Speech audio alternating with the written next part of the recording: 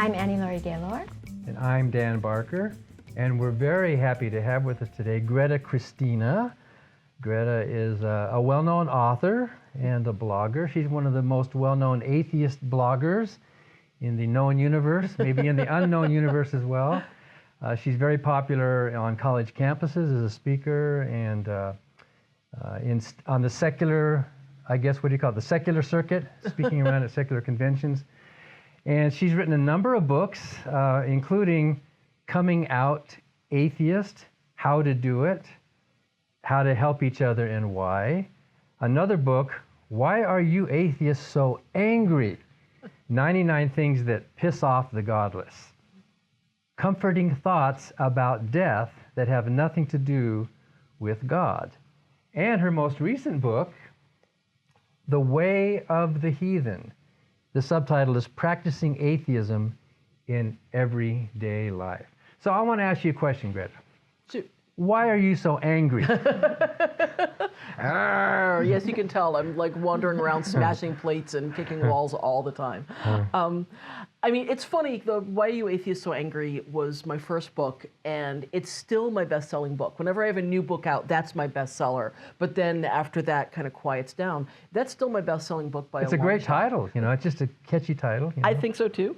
And we hear it all the time. Yeah, well, and that's exactly it, is that, and I think this is true of a lot of marginalized groups. It's not just atheists. It's true of women. It's true of LGBTQ people. It's true of Black people. That when we speak out with passion about the things we care about and about the wrongs that are being done to ourselves and to others, we're told, you should calm down, you're being so angry. It's sort of done with this fake concern often. It's like, oh, it's hurting yourself to be so angry, and you'd be so much better if you just, I don't know, took a Xanax or something. But the reality is that we have legitimate things to be angry about. You know, there is real harm that's done by religion to atheists, and harm that believers do to other believers. And to society. And to society. And when there's real harm and real injustice being done, I don't think the appropriate response is to do nothing or to feel nothing. I think the appropriate response is to be angry, and then to take that anger and channel it into action. And also, we do hear that we're angry when we're not angry, and I sometimes think that's displaced. Yes. They're angry at us. That's probably true. They hear we're an atheist, that makes them angry. I think that's probably true too. And certainly, again, any expression of disagreement with religion is interpreted as anger. Any expression of just saying, people just say, I'm an atheist. And that gets interpreted as, you know, why are you so confrontational? You know, it's like, why do you have to be so in my face with your existing? Well, I think your book points out that there's a psychological projection, you know. If you say something that makes me angry, I take my anger and say, well, then why are you so angry, when you're actually not? But in my mind, it seems like you're the one who's being angry. Yeah, I think that is often true. Yeah. And I think it's also, people accuse us of being angry and try to damp it down, because anger is a powerful force. I don't know of any social change movement that hasn't been driven to a great degree by anger at injustice and anger at mistreatment. And so when people tell us don't be so angry, what they're really telling us is put down one of your most powerful tools. Just don't use it. And it's a way to silence people. It is absolutely a way to silence people. Well, the Bible even said Jesus was angry. Yeah. And the God of the Bible is an angry God. So you know, it cuts both ways, doesn't it? If you think we're angry with them, then you calm down too, you believers. You know? Well, and yes, and you know, it's frustrating to be told, oh, you atheists shouldn't be angry, when some of the angriest people I know are really hardcore religious believers who are just angry that the world isn't turning out the way that they think God wants it to. Well, so you have sort of cleared up that myth, and then you've written an unusual book about grief and comfort from the point of view, secular point of view. Tell us a little bit about that before we talk about your newest book. Sure. So that book is called Comforting Thoughts About Death That Have Nothing to Do with God. And, you know, I've been writing about death, about mortality and grief for pretty much as long as I've been a secular writer. Some of the first secular writing I did was about mortality. That's right. I think the piece is in Everything You Know About God Is Wrong. I didn't realize till today that you and I both have an article in this book by Russ Kick, And your article's about death, how to handle death and grief. And mine's about secular songwriters, but what do you know? Yeah. Oh, that's right. I'd forgotten about that book. Yeah, This is 10 years ago. It started as a chapter in that book, and then you turned it into... It started as an article for Free Inquiry magazine. And then I, turned it into a blog post, and it got a lot of responses. And I've continued to write about this topic because it is something that it's a big deal for a lot of secular people. When we do leave religion, that's one of the things that many of us struggle with, is I no longer believe in an afterlife. I no longer believe in a God who's meting out justice, in the form of heaven and hell. So how do I handle that? How do I handle grief when people die, when I don't think I'm ever going to see them again? How do I handle my own mortality when I don't think there's an afterlife? How do I handle injustice and suffering when I don't think there's a God who's going to make it all come out right in the end? Well, throw us a comforting word about death, then. Well, one of the things to say first is that comforting philosophies about death, they're really different for different people. That for some people, an idea or an approach or a view of death that is very helpful, for some people isn't. So I'll talk about some of the things that help me. One of the things that helps me a lot is, this is something P.Z. Myers wrote, that he was talking about death and life from a biological perspective. And he said that, and I can't explain the biology because I'm not a cellular biologist, but the summary was that the physical biological processes that make life possible are the exact ones that make death inevitable.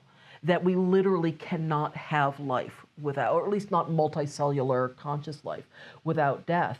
And that doesn't help soothe my feelings about all death. It doesn't help soothe feelings about somebody who died too young or who died through human, injustice.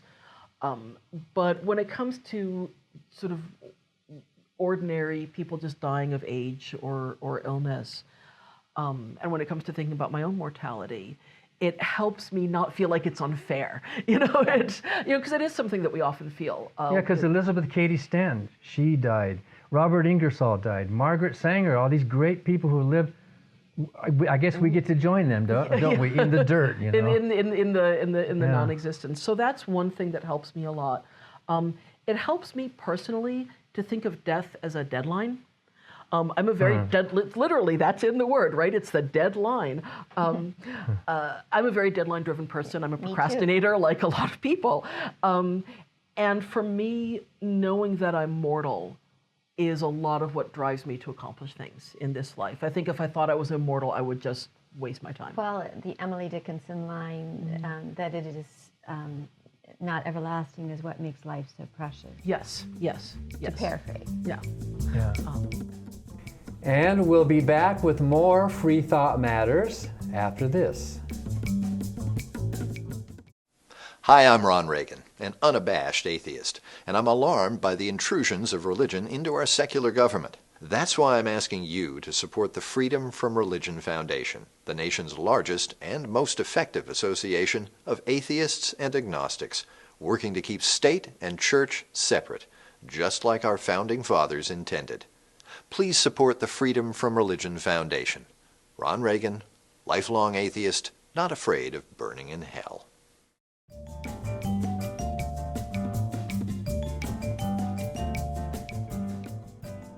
You kind of continue these different themes in your latest book, which is The Way of the Heathen. Mm-hmm. And I guess that's broken up into 5 sections. It is, yeah. So The Way of the Heathen, Practicing Atheism in Everyday Life. It's I'm trying to think how to put this. A lot of us, when we become atheists, I think that we go through stages with it. And in fact, the books that I wrote kind of reflect those stages, at least for many people. That when we first become non-believers, many of us are really angry about religion. And we're really angry at the harm that was done to us. We're really angry at the harm that was done to others. And then we go through a stage of how do we tell people, You know, how do we tell our family? How do we tell our friends? Except for lucky people like me who were brought up in a free-thinking home. Yes, yes. But even then you have to decide how to tell the larger world. Right, the community. And that's, so the next book that I wrote was Coming Out Atheist. That's a guide to exactly that. This book, The Way of the Heathen, is sort of about what, for me and for many non-believers, is the next step. It's like, okay, I'm not religious, and I have some anger about religion. I know how I feel about being open about it. I've made my decisions about that. So what's next? I have decades of my life ahead of me, I hope. How do I live that life? You know, because the ways that we live as non-believers in many ways are very different from ways that religious people live. And it's well, not... How so? Well, obviously we're all human beings. You know, I don't want to pretend that we're different species or anything, but, you know, we all care about things and enjoy music and love each other and so on. But, you know, when, for instance, when you don't believe that there's a God meting out justice and that this life is where we have to create justice, I think that we live differently. I think we live differently when we accept that death is final. You know, this is it. That this is it. I think that we live differently when we don't think there's a grand plan, you know, when we don't think that we're all, oh, don't worry, it'll all work out in the end because God has his, you know, hands on the puppet strings. You know, when we get that, again, this is it and we're it. And if there's going to be right done, if wrongs are going to be overturned, if we're going to make the world better, that's on us. And it makes it more important, right? Yes. Because we got to do it now. Yes. We can't put it off to another exactly. another time. Exactly. So. But I spotted a contradiction. Oh, okay. Your name is Greta Christina, right? Mm-hmm. Did you know that Greta Christina anagrams to Great Christian? I think you pointed that out to me. Yeah, yes. so how can you be an atheist if your name means Great Christian? You got me, Dan. That's okay. it. That convinced me. It's like, you know, I've seen a lot of really bad arguments for religion, but I learned that that's the one. I learned that in seminary. Yeah. You know. Well, and you learned also your life is very different as having been a former minister and now an atheist. Yeah, because I thought eternal life enhanced life when actually it cheapens life. Yes. So. Yeah. And another one of the points in you have 5 sections in the book. What does it all mean? Doing the right thing, tough stuff like dealing with trauma and stuff, play well with others. Mm-hmm. That's about relating to basically how do we have relationships with believers and also how do we build our own communities. And then the good life. So, you know, like here in Madison, it's a pretty liberal town, and we know a lot of believers and churchgoers, but we see each other marching in the same parades. Sure. You know, for justice and for civil rights and for all these things, and we kind of don't even care about our beliefs. We care about what's important in this world, right? Well, and I think that that's something that it varies a lot from person to person. There are some atheists who just don't want anything to do with religion. You know, even to the point of not wanting to do, say, political alliance work with progressive churches or synagogues or mosques or whatever, because they've been traumatized by it. And I actually respect that. I don't think that they're wrong. I respect that.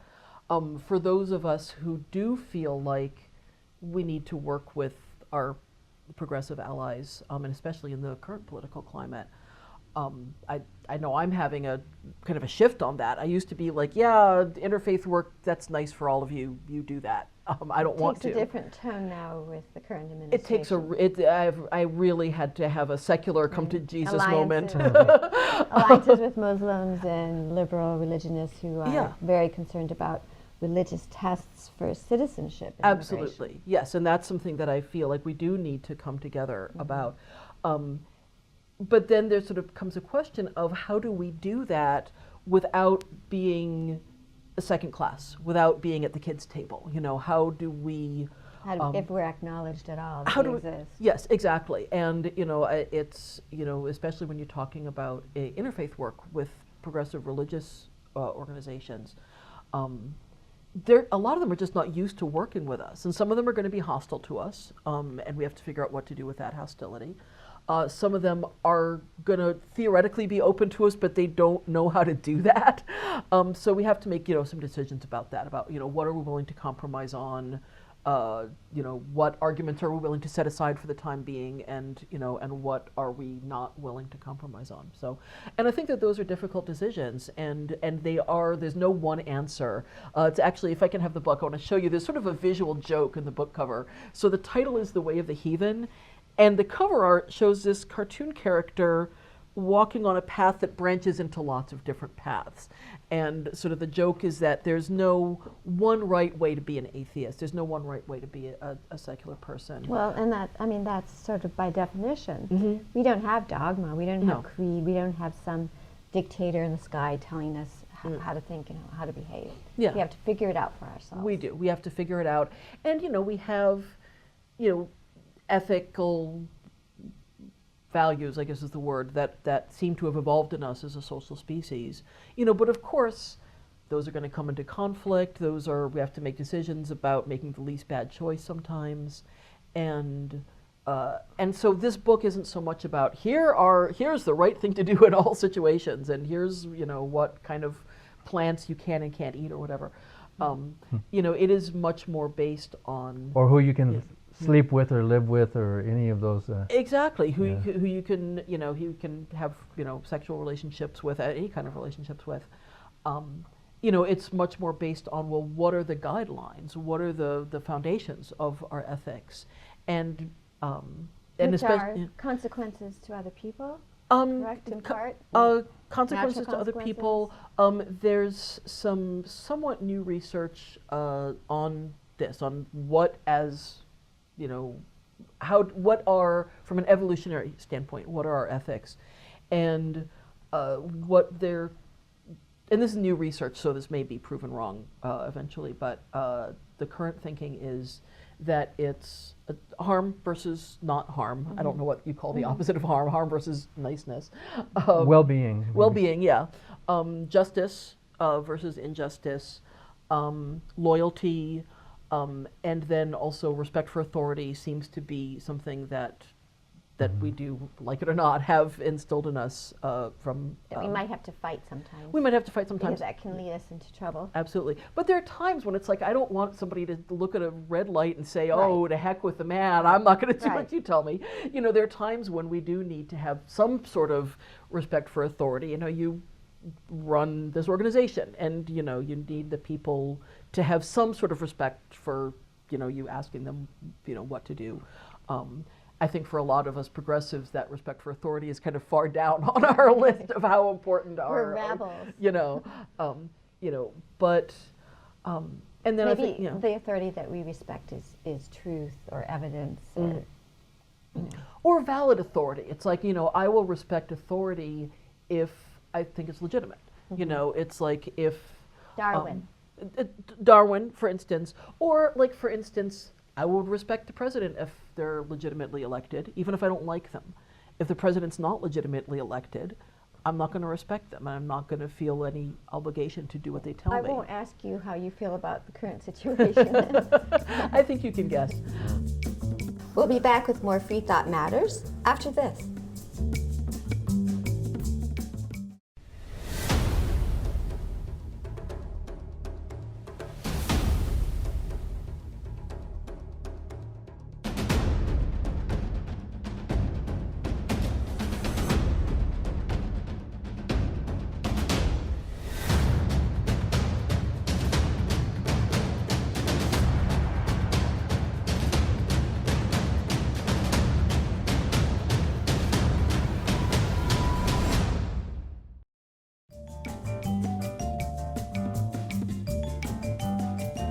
So there are these core ethical values that seem to have evolved in us as a social species, and the core of them does seem to be this idea that other people matter, and other people matter as much to themselves as we matter to ourselves. And I think that can be a hard thing to grasp sometimes. We get so caught up in our own consciousness, and it's so easy to think of ourselves as the center of the world. And I think one of the real deep cores of ethics is stepping back and realizing that other people are the center of their own world just as much as we are of our own, and that from any kind of objective perspective, none of us is more important than So don't you think that even though all of us share common human ethical principles, believers or not, that religion can get in the way, or religion can even compromise moral values because dogma takes precedence over actual reason and compassion. Or dogma takes precedent over humanity. Yeah, and I think It's that more is important than people, and that's how you get a lot of bad things. it's true. Inquisitions and Inquisitions torture. and torture and no, I think that that's true, and it's not like religion is the only thing that can do that. You know, there's the famous quote about religion is the only thing that can make good people do bad things, and that's not true. Political ideals, loyalty to a family or to a clan, those can all make good people do bad things. But the problem with religion is there's no reality check.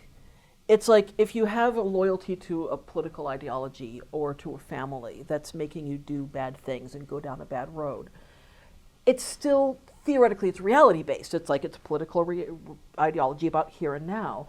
But if your belief is that it's from the invisible voice and there's no test for it, then there's nothing stopping you from going to really extreme horrors that we have often seen, inspired, I guess is the word, by religion. By religion.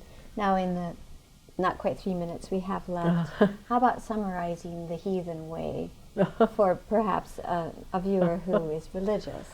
Why have a heathen way, and what is it? I think for me, the core of a heathen way of life is caring about reality and caring about truth and making reality and truth central and trying as best I can. And we all fool ourselves, we all have cognitive biases that,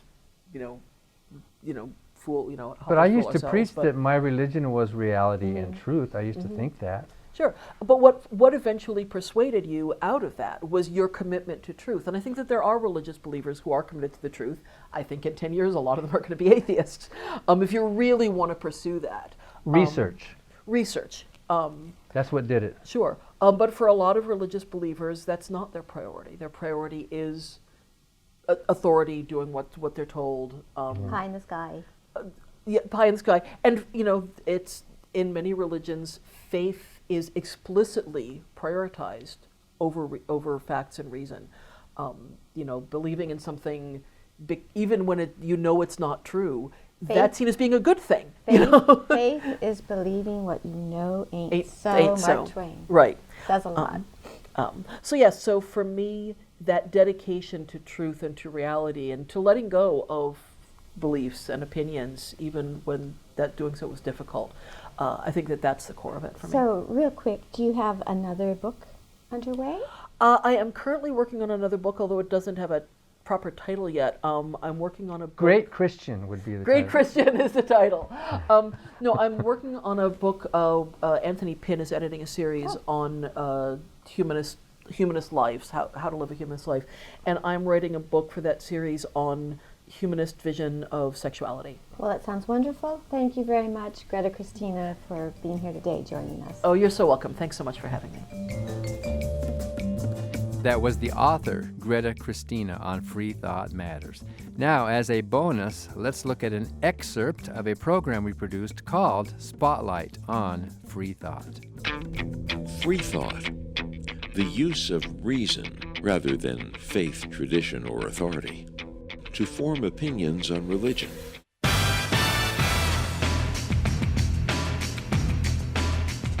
More wars have been waged, more people killed in the name of religion than by any other institutional force in human history. So, with such wildly contrasting beliefs in this country, why aren't we at each other's throats? Here's why. It's our Constitution, and its very core of freedom from religion. Our country was founded in part by refugees seeking freedom, seeking to escape centuries of religious persecutions, holy inquisitions, witch hunts. The United States of America was the first nation where our founders did not claim a pipeline to a divinity. It was a revolutionary act that they created a secular and entirely godless constitution whose only references to religion are exclusionary. that there should be no religious test for public office. The founders were aware of the inquisitions and the pogroms and the religious wars and the terrors in Europe and the persecution in many of the individual colonies, and they wanted no part of that in our new government. So they erected what Thomas Jefferson called a wall of separation between church and state, and that protects all of us. It has prevented the bloodshed and warfare that we see in so many parts of the world where religion is involved in government. There are some believers who don't see the difference between neutrality and hostility. They think efforts of groups like ours to keep the government neutral are actually a hostile act against their faith, when we are not asking for the government to be pro-atheistic either. If the government stays neutral, the government stays secular, then everybody's an insider, nobody's an outsider. Freedom from religion is what we all value so highly. Privately, I can believe or disbelieve whatever I want. There's always been this notion in our culture that, that religiosity is somehow equated with morality. Of course, that's false. I think people just aren't aware of the fact that actually atheists and agnostics and secular humanists are underrepresented in our nation's prisons. They're less than 0.5%. And in the states in the United States that have the highest percentage of non-religious people actually have the lowest violent crime rates, the lowest murder rates, the lowest poverty rates, and the countries around the world, especially the democracies that have the highest degrees of secular people, are also doing the best. When you think about social and moral progress, it's usually made by rebellious people, people who break the mold, people who are rejecting the dogma. Most progress is made by people who are free thinkers to some degree. They are challenging the status quo. The abolition of slavery was led by people who were either religious liberals or religious heretics. In fact, during the 1800s, the word infidel was a synonym for abolitionist. So you can name all sorts of progress made through history by people who tend to be either very liberal or free-thinking individuals. Otherwise, how is progress going to be made? Congress shall make no law respecting an establishment of religion or prohibiting the free exercise thereof. It's brilliant. There's a reason it's the First Amendment.